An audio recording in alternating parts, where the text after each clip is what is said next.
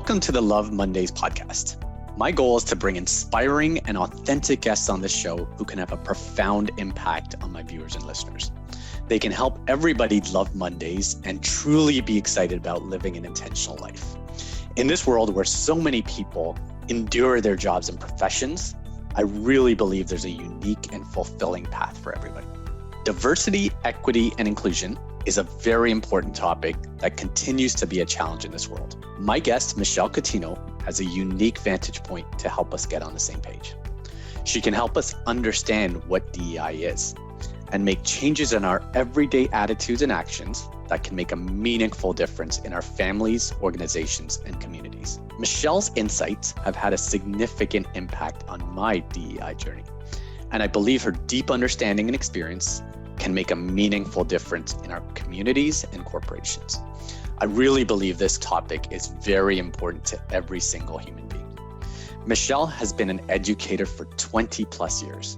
She's currently the equity lead for one of the largest school boards in Ontario, Canada, and she's extremely dedicated to improving outcomes for students by identifying and eliminating barriers in education. Michelle, thank you for being on this podcast. Thanks for having me.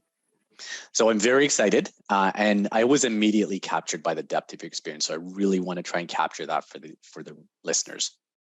So Michelle, let's start with a simple but profound question. I want to help everybody love Mondays and make Mondays as exciting as Fridays. I know it's aspirational, but what advice would you give to individuals in that regard? Because I know you seem to have found something that you're super passionate about. It's interesting that you asked that question in that way, because what you asked me is you found something that you're really passionate about. The truth is I didn't find it. It found me. And it found me through profound leaders that I had. But it wasn't really an easy journey. So I'm gonna tell you my story a little bit because it does link to DEI. So that's why I wanted to tell it. I became a teacher, loved teaching, was in the classroom. I taught at a school with an administrator who I loved. I actually followed him to another school. That's how much I just loved his leadership. And so I developed a style where I had my hands in everything, right? I was involved in the teams. I was involved in, we were in a new school, so I helped create the logo, all the groundwork of that school. And in education, we have something called the teacher in charge. So when the administrator or the leader's not there, there's a teacher who takes over, and that was me. And so my administrator would always say, "Oh, Michelle, I don't know what I would do, without you. You just do so much." It's like, great, loved it, right? My parents were like, "Oh, you've done so well for yourself. You're a teacher. That's great." So fast forward, there's a day that comes when the superintendent visits, right? So superintendent is male, my principal is male, and they walk around the school and they meet all of the staff. And at one time we had a male staff member and, great teacher, whatever, but not nearly as involved in the day-to-day operations of the school as I was. And after the meeting, the superintendent met with the principal and he said, "Wow, you really have a leader here in the school." And the administrator said, "Well, tell me more." And he's like, "Yeah, the gentleman that's teaching on the second floor, have you ever talked to him about being a principal?" And it was interesting because at that time you sort of had to be tapped, right? Someone would have to come to you and say, "Hey, is it something you're interested in?" So and I was like, "Yeah, whoa, great. That's great for that person." Again, never thought about it for myself. About 6 months later, we had a vice principal come to the school. They joined us at the school. The vice principal is a female. Within a month, she went to the principal and said, "How come, has anybody talked to Michelle about leadership?" And in that moment, the principal, and this is him telling me the story. He said he had to take a breath. He had to pause because although he knew everything I was capable of, he never saw me in that role. It could be because I was female. There were not a lot of female principals at that time. There were not a lot of racialized principals at that time. So I don't know what it was, but he didn't see it. He recognized his bias in that moment. And from then on, he became my greatest champion. And so he found the role for me. He pushed me into it. But if it weren't for the intervention of that female vice principal who said, "Hey, you need to rethink the way you see your people," my trajectory would have been different. So I think as leaders, we have a profound opportunity to bring out the best in the people that we work with, But we have to be aware of our biases when we do that. Fast forward again, I'm now a vice principal in a school, right? And I went into the role thinking I had to be like other vice principals, right? Like I had to act the way they act, I had to dress the way they dressed, right? You know, they wore suits and they had like those little brooches, or they wore the scarves and all those things, right? Not me at all. And I had to speak the way they spoke, right? And if anybody who does equity work, you'll know what code switching is, right? Many of us, the way we speak at home is not the way we speak at work. And it brings a pressure, right? It brings a pressure, and I was very stiff. And after about a month, I went home and I said to my husband, I said, I think I made a mistake.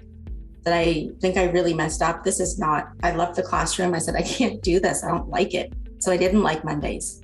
And he gave me a really great piece of advice. He said, Michelle, he says, you're not doing the role as you. So I don't know who this person is, but it's not you. You need to be yourself. They hired you for who you were, not who you think they think you should be. I was like, you know what? What do I get to lose? I'll try it. So I went in, I was myself, you know, I went back to building relationships with people the way I do. I joke around, and it was really the antithesis of what I thought I should be. But let me tell you, from that day forward, my outlook turned around and I became more impactful, right? And I became better in my role because I could do it as myself. So that's another lesson, right? Are we creating conditions where people in your organization can actually be themselves? Or do they have a mold that they feel they have to fit in? Because if that's what's going on, you're really not getting the best out of your people. And the last thing I want to say about, Mondays is, I was thinking about this, and I'm like, it's kind of like the day that's discriminated against in the week. Right? Like Wednesday's like, oh, hump day, woo. And Friday's like, oh, everybody loves Friday, but poor Monday. And when we do equity work, we think about stereotypes. And stereotypes are hearing the same message over and over and over again. And really, we've been hearing this about Mondays for a long time, right? Like, oh, I got the Mondays, and oh, it's Monday. And even, Garfield the cat, I hate Mondays. So when you hear this over and over again, you start to believe it, right? So you internalize it. And there's something in psychology, and it's called confirmation bias. And what confirmation bias says is, if you have a theory, when you come across information that fits that theory, you recognize it and you add that to your arsenal of, oh, see, I told you. And if you come across information that doesn't match it, you dismiss it, right? So if we think about this in terms of, I hate Mondays, you have a bad day or something that happens during that day on a Monday is bad. You're like, oh, that's why I hate Mondays. Mondays are terrible, right? But I think we have to start to flip that script and start to recognize the joy and the really positive things that we have in those days, because we need to change the narrative. And that's something only we can do. Our leaders can give us basics and foundations, but we're the ones who have to start seeing those pieces of joy and, not dwelling in frustration, but looking at what we have accomplished, so that Mondays do end up being, hey, I had a good day today. This happened. So we have that within our power. Yeah, no, I really like, there's so many lessons right in that story, right? You talk about taking initiative up front and, really stepping up and saying, I'm going to do more than what I typically do as a teacher. But so interesting how it didn't even occur to you the first time that, that the VP was walking through the halls and said, hey, have you considered Michelle for a principal position, right? So really interesting that even within ourselves, sometimes we don't have that realization. And I love how you talked about being yourself there, right? A lot of times we have that expectation, we should be like this person or that person, when in fact, sometimes that's just within yourself. And your husband, that was some fantastic advice. He must be a very smart individual. Coming back to what you said there as well, confirmation bias. And I like how you said, like, sometimes we blanket the whole Monday and we, cloak it with, hey, negativity. But it's like, how do you have those micro moments? How do you start changing the narrative? And I think it connects really, really, really well with the subject we're going to talk about. Okay, so let's go to DEI, right? That's the subject for today. Tell me why it's important for all individuals, whether you're an educator, an individual, a business person. Why is this very important? So I think when we look at DEI, many organizations in particular come at it from a sort of a protection stance, right? Like a liability stance. We don't want to get embroiled with the OHRC and we don't want to get involved in that. But really, why the DEI is it makes better organizations, it makes better people, and it makes a better society, right? If you look at flourishing ecosystems, for example, ecosystems flourish because of diversity. It's necessary for all.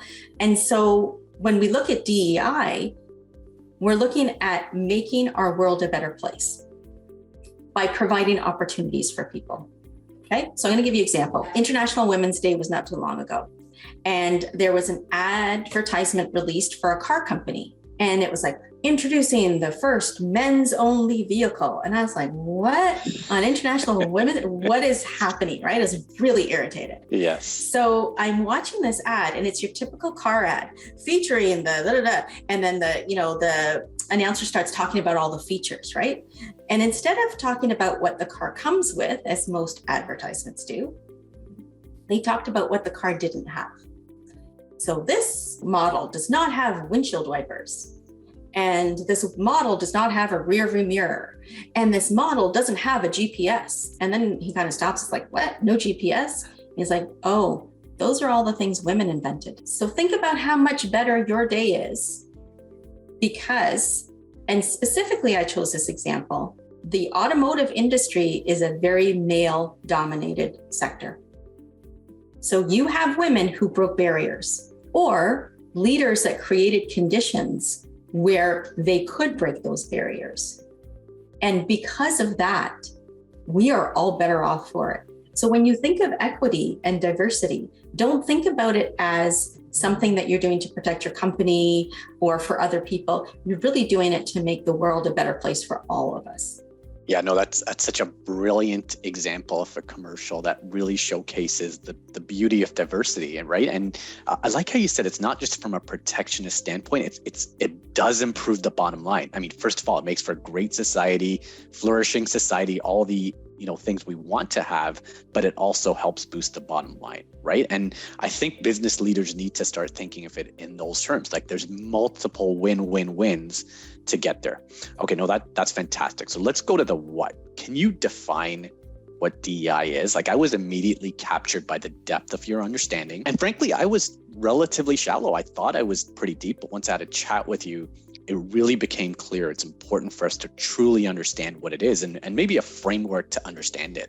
So I can tell you what it's not. And I want to start with that because there's a lot of that rhetoric going around these days, right? Apparently banks are failing and trains are derailing because of DEI.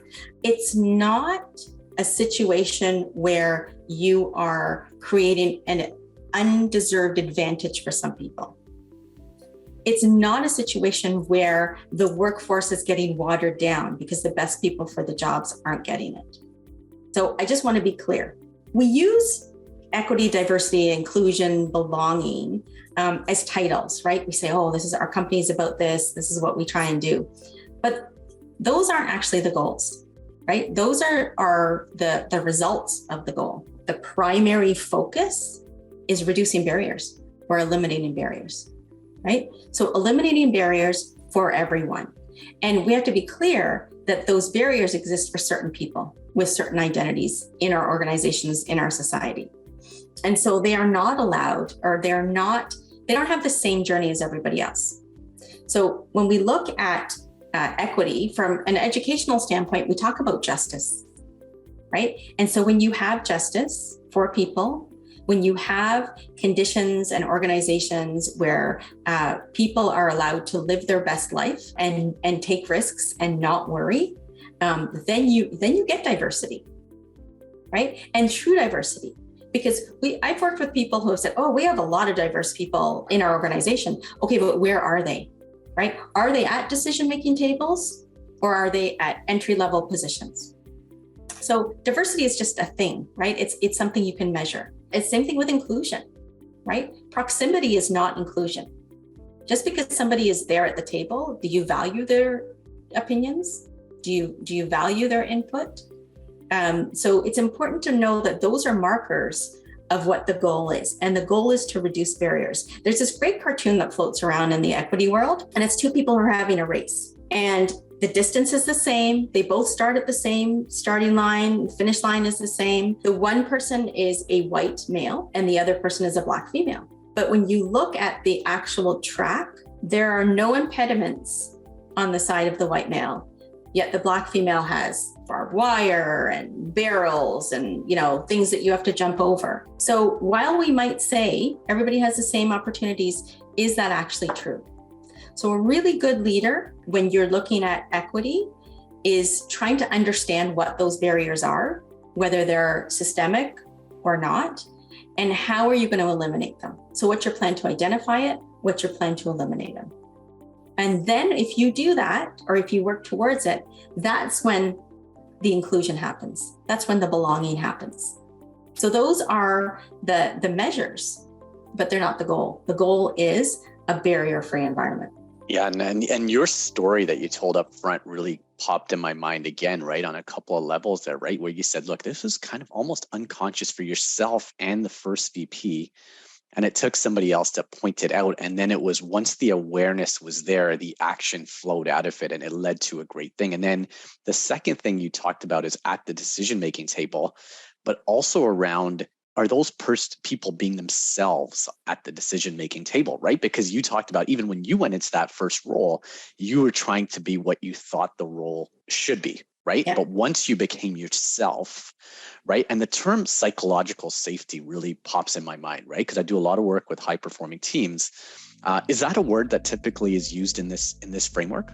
Often used, right? And with the people's identities in mind. I'll tell you a funny story, actually. So I went to this high-level meeting outside my organization, a lot of directors, and they wanted to do a icebreaker, right? And so they said, okay, so we're going to go around, we're going to introduce ourselves, and you're going to say your name, the organization, your role, and the strangest food you've ever eaten. So I'm last, okay? Yes. Going around the room. And I'm hearing things like, oh, once I had goat, and another time so all these things that people are naming as strange are part of my everyday, experiences, right? As a South Asian person, oh yeah, no, I've eaten that. So I was othered in that moment. And if you think about it, that particular, the purpose of that exercise was to build community, but I felt definitely like an outsider. So, well, the funny thing is when they came to me, I told them that the strangest thing I've ever eaten was bologna. So tell me how should people behave or in that type of circumstance, right? Because it feels like that was kind of like an innocent, situation that, maybe there wasn't the awareness. So how can people understand that, hey, situations like that exist, and what should people have done? Maybe is a better way of framing that up. So I think when you're looking at building community, you have to think about who am I building community for and with? Who's in the room? Be conscious of who's in the room. And that's something, like, you got to change that. It was the negative that made it difficult, right? They could have said, what's the best thing you've ever eaten? Right? Instead of the strangest. Like, yes. Why classify something in the negative? So that's just one thing you can do to make the situation better. But I wanted to go back to your point about my psychological safety was not there in that room. Yes. From the get-go, right? Because I knew I wouldn't be able to speak the way I would normally. And so that's as a racialized person. Sometimes it's as a woman. Right? So what conditions are we doing to understand the psychological safety of people in meetings, right? Are we giving them time? Are we giving them space? I'm going to tell you, oftentimes I'm mansplained in meetings.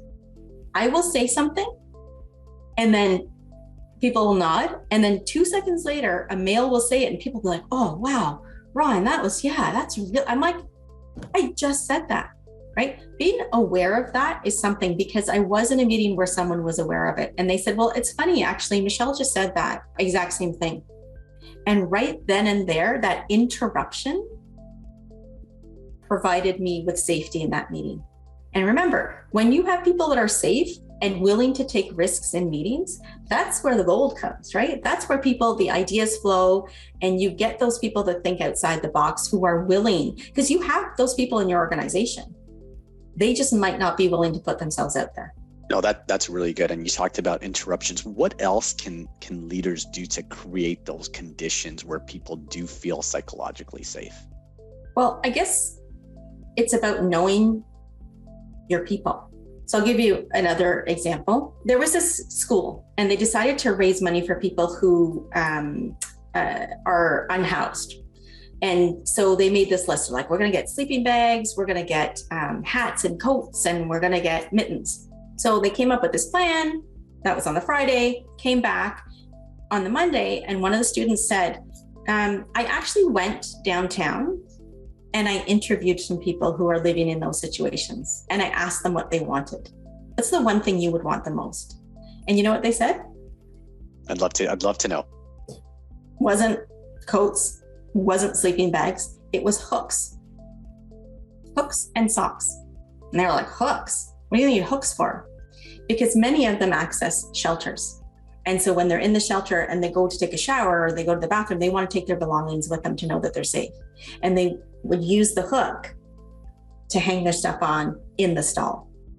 I never would have thought of that. You probably never would have thought of that, because we don't live that life. We aren't invested in that. We don't have that experience. So I think as leaders, if you want to know about the psychological safety of your staff, you need to meet with them. You need to ask them. So, we were doing equity work at the school board. We thought we were doing some amazing stuff. We're like, oh, wow, we're so awesome, right? Patting ourselves on that. We did this and this and this based on research, based on this. And then we decided to go meet with kids. Let's go meet with some high school students and see how things are panning out. And they were like, yeah, no, we don't, that stuff that you're talking about, we don't feel it. And so moving forward, we have focus groups. The voice of the people we serve and lead is fundamental to the work that we do, because we don't live their lives. And we shouldn't pretend that we can fix what we don't know. And so you want to talk about psychological safety? Talk to your people.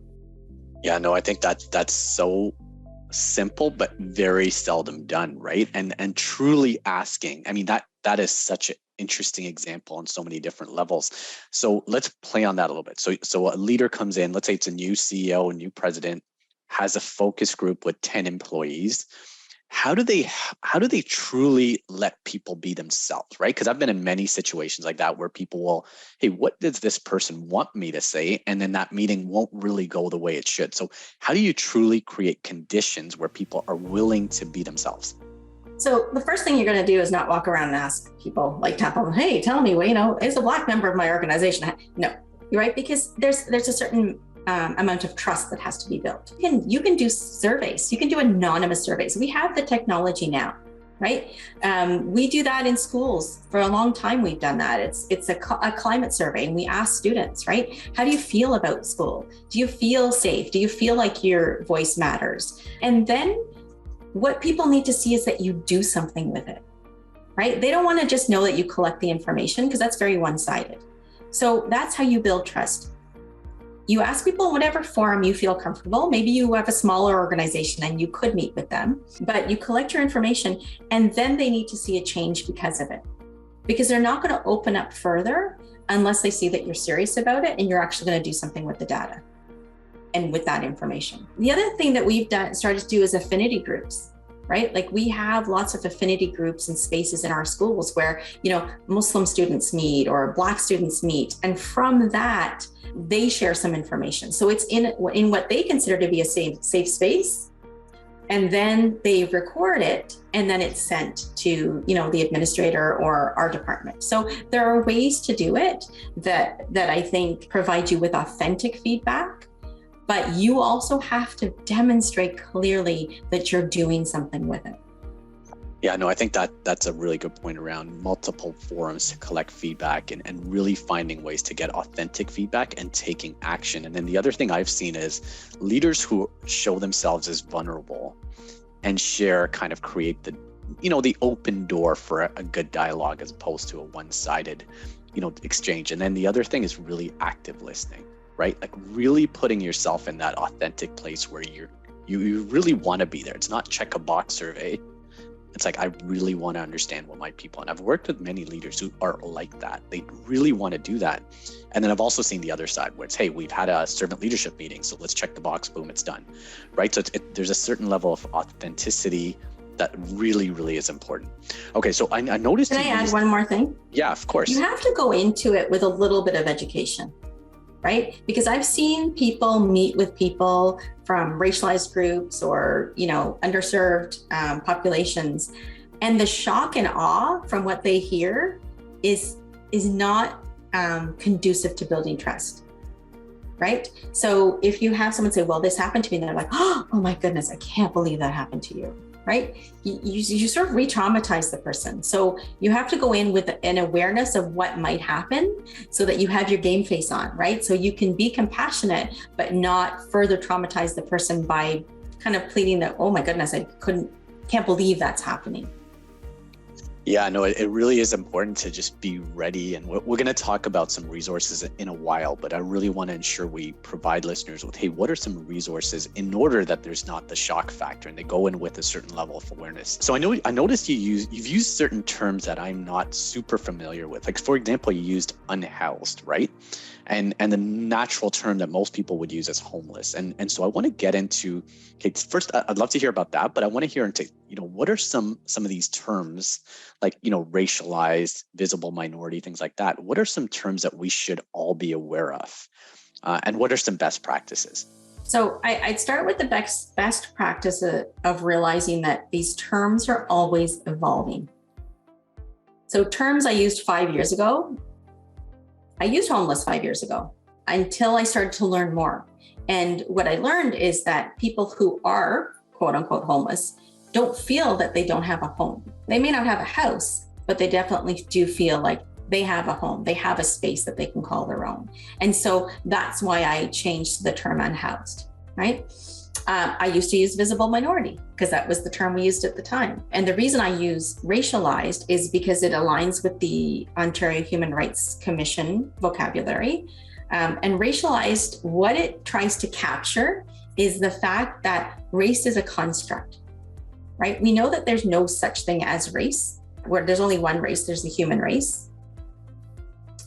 But we know that the implications and the impact of us believing there was race for so long is real. And so people are seen as racialized because it's part of a socialization process. But it also makes more sense, right? So if you think about the term visible minority, it gives a false sense that it's about numbers. And it's not about numbers. Once I went into a school, and it was a very diverse population in the school. And the principal said to me, a white lady said, I'm the minority in the school. Equity isn't an issue here because I'm the minority. All of our kids are Black or brown. And I was like, okay, if I walked into your grade 1 classroom and I pulled out 10 kids, how many of those kids would be Black or brown? And she said, easily 7 or 8. I said, okay, perfect. I said, now let's walk down to your library. If I pulled out 10 books, how many of those books would represent the students in your school? And she kind of stopped because it's not about the numbers, right? It's about the power. It's about the representation. And so when we use the term visible minority, it's a misnomer. It doesn't make sense. We have lots of places where, look at teaching, predominantly female, but yet many of the administrators were male. Look at the NFL, right? Predominantly Black athletes, but the owners and the quarterbacks are predominantly not Black. So that's a discrepancy, right? And so that's why the terminology matters, because the terminology sends a message. When we talk about racism, the word racism just kind of, people don't like it because they think they're being called racist. But when we look at racism, we have to look at it as a system, right? Because that's what it is. It's a system. We didn't create society. It was created hundreds of years ago, okay? I give the example of schools.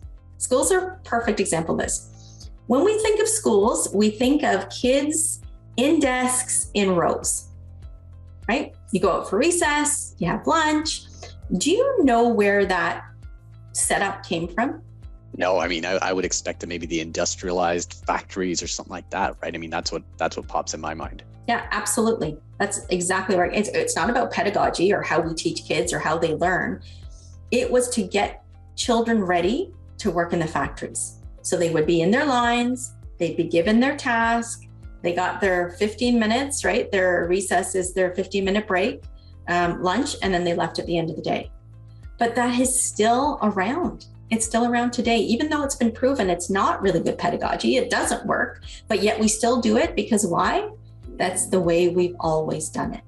And so when we think about racism and systems of oppression, right, whether it's sexism, ableism, heteronormativity, whatever it is, there's systems of oppression that have been around for years, and we have to rethink them.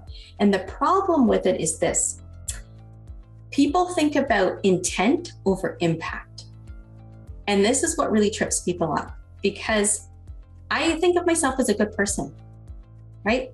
I'm kind, I'm well-educated, I'm not racist, but there are things that I do to uphold racism as a system. And that's what we really have to take a look at. We have to sit back and think, okay, what's our intent and what's our impact? So those are things that are important. I want to talk a little bit about critical race theory, if I can, for a second, because you're probably all hearing about it.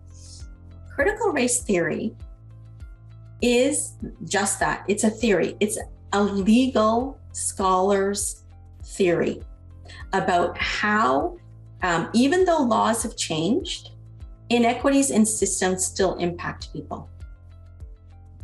Today, it's being thrown around for anything related to justice or equity.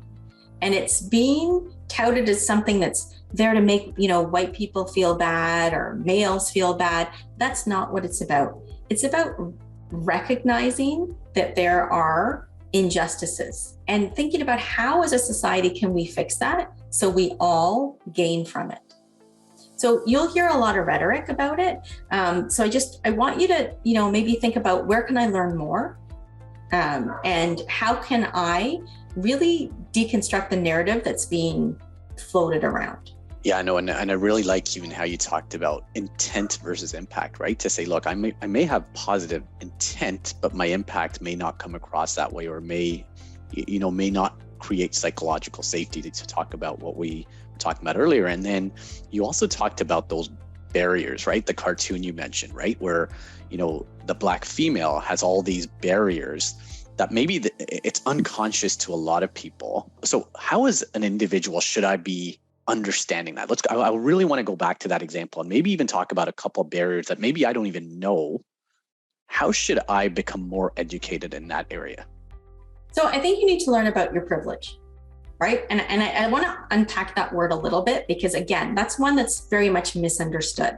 When people hear the term privilege, they have that old school view of it, that, the kind of the silver spoon in their mouth, and you went through life without any issues and everything was great.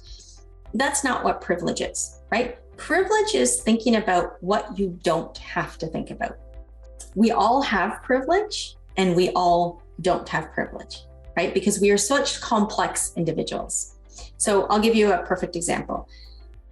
I was an administrator at a school, and I went late one night to pick up some paperwork. And we permit our schools out in the evenings for community access. And this particular evening, there was a wheelchair basketball team that used the gym. There was someone who was a wheelchair user trying to get into the school, and she was struggling. So I ran up, I'm like, hey, can I help you? And she's like, yeah, sure. And so I opened the door and I was like, oh, why didn't you just press the accessibility button? And she kind of looked at me, she's like, that hasn't worked in 3 years. So I'm the administrator in my school. It's my responsibility to walk around the building every morning to make sure everything is in order. I would check steps, I would look for ice, I would look for, trash. I never once thought to check the button, because that's not my lived experience. I don't have to worry about how I'm going to open a door, how I'm going to get upstairs, how I'm going to get into a washroom. So I never check the button.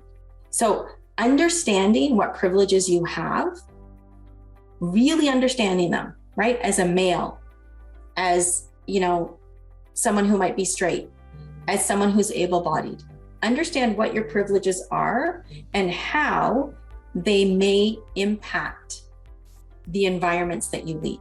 One other thing I might say is you may not be able to figure them all out, but you certainly can by talking to people and asking them, right? What do you come up across in your day that's problematic? I'll tell you another really great story that impacted me deeply. In one of our forums, I was talking to a student, a Black male student, and he said, "Miss, I'm always late for school. And the teachers get upset because I'm late for school." And I was like, "Okay, well, tell me, like, why are you late for school? You know what time school starts. Why can't you get there?"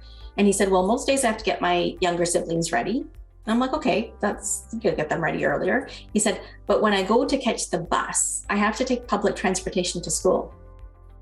And this is what got me. He said, "If I'm at the bus stop by myself, the bus driver won't stop for me because he's afraid to let a Black male on the bus." And he said, "And then I have to walk to school, and then I'm late." And I never would have understand that, right? Until I had that conversation. So part of our privilege is speaking to people, but really assessing, where in your world are there things that you don't have to think about?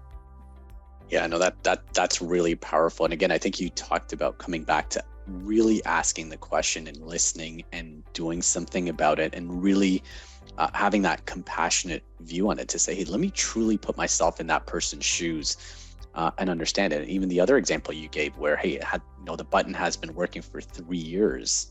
It's kind of scary, right? Because it's something you wouldn't naturally encounter in your day-to-day unless you were in this situation. And I think it's a powerful lesson for organizational leaders, frankly, everyone, to just be much more aware of that privilege that, we all have, not all, but we all have different privileges, and being willing to really listen and understand. So I do want to share some resources on this topic. I know this is such an important topic that I think we can all become much more educated on. So what are some ways we can be more educated on privilege and DEI specifically? So there's a couple of books I would recommend. One is Me and White Supremacy by Layla Saad. And it's really interesting because it started off as an Instagram challenge. And so she would post things on Instagram, one thing every day, and it went viral. And so she's got this 28-day challenge, and she's chopped the book up into chapters or days. But what's interesting is she gives you probing questions from the vantage point of anyone can enter it, right? Not assuming anything. So that's a really great book I've used. Me and White Fragility by Robin DiAngelo. So there's lots of good resources, but what I would, kind of urge you to do is think about where you get your information from, right? I can give you a list, but where do you get your information from? And are you just hanging out in those social media spaces with people that remind you of you? Because then you're not disrupting the narrative. So when look at your Twitter followers, or who you follow on Instagram, on Reddit, whatever it is, are you intentionally trying to connect with people who don't have the same privileges that you do? Because that's when you'll learn a lot more, right? I'll give you an example. I heard about this thing. It's like a little magnetic pouch that you keep in your car. And so when you're stopped by the police, you put your ID and everything in it, and you stick it outside the door.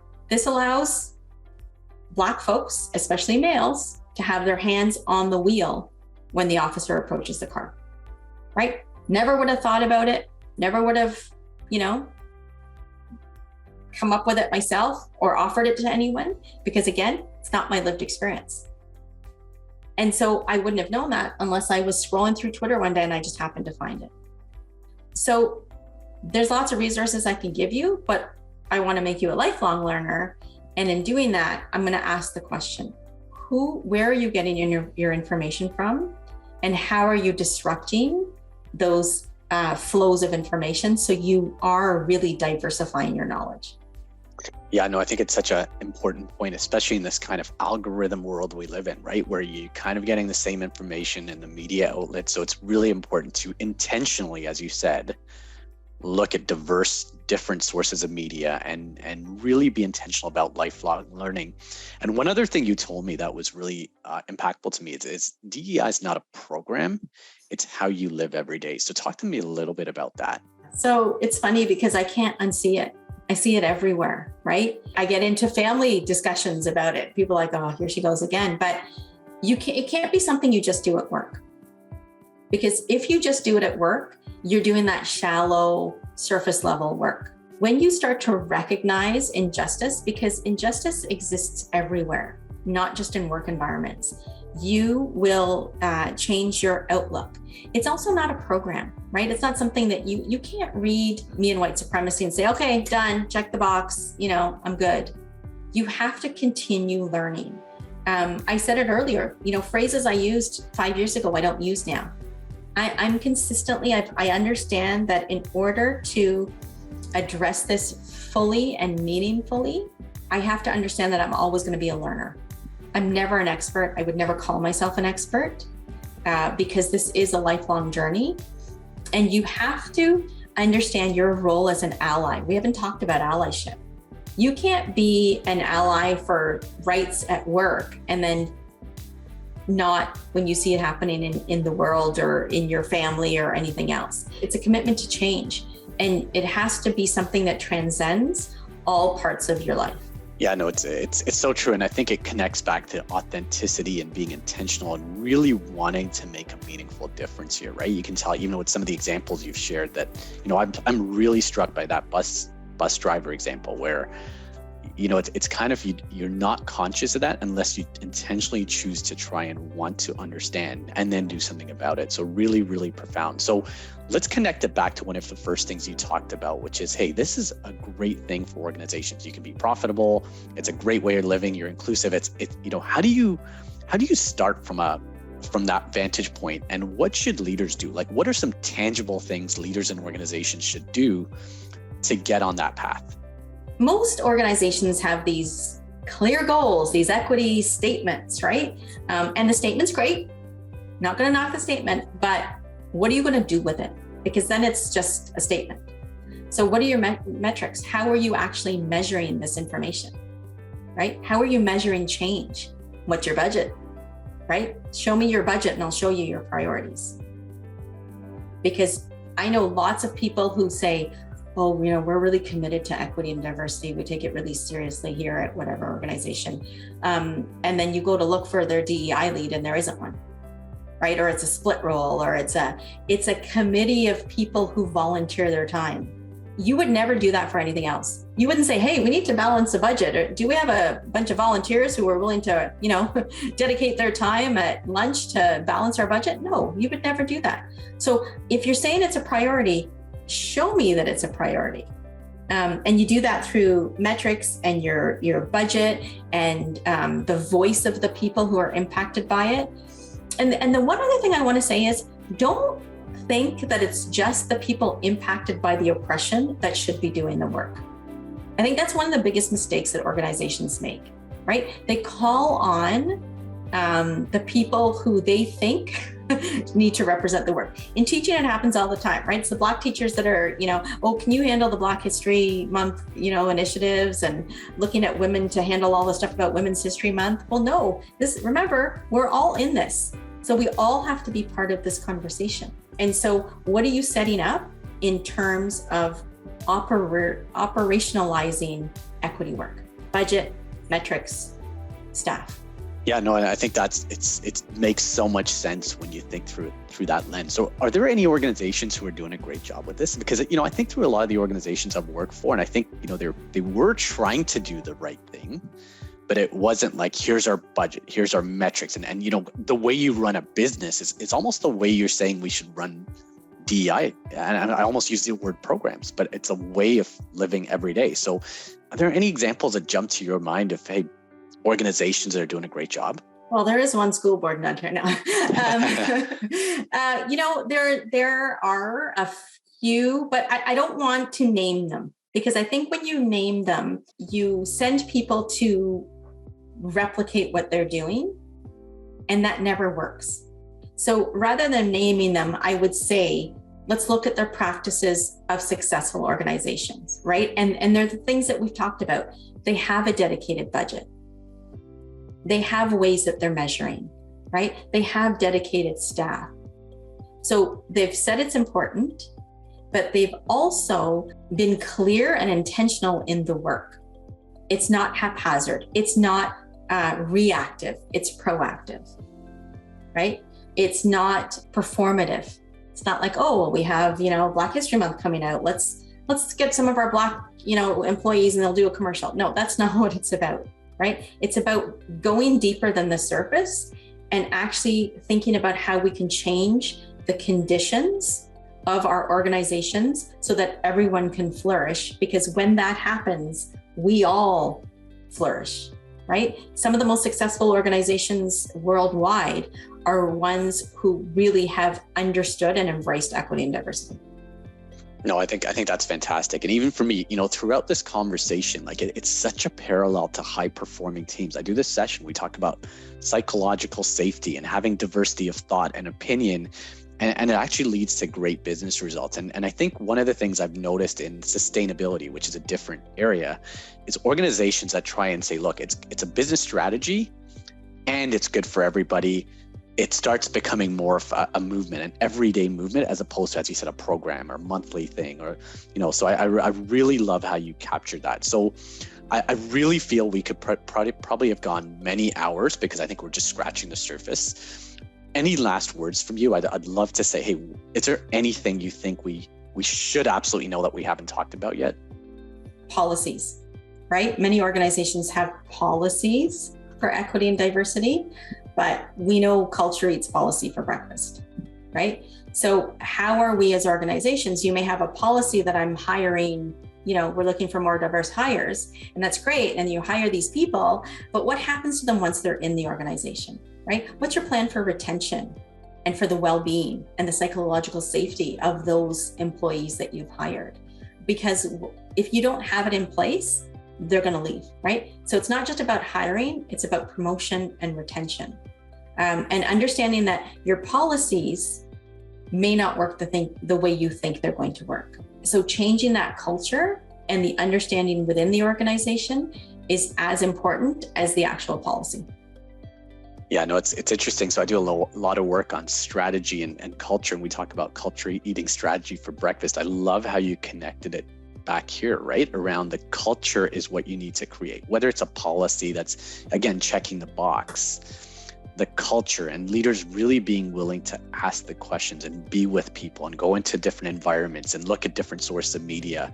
Those are all the actions we can take to get to, what I call unconscious incompetence, which is probably where I was at, just to be completely honest, to conscious competence, right? And moving up that scale to where we can really make a meaningful difference. So Michelle, I think your knowledge is fantastic. I know you said you're not an expert, but I consider you somebody who I've learned from a lot. And I really hope to have you on again to really get deeper into this important subject.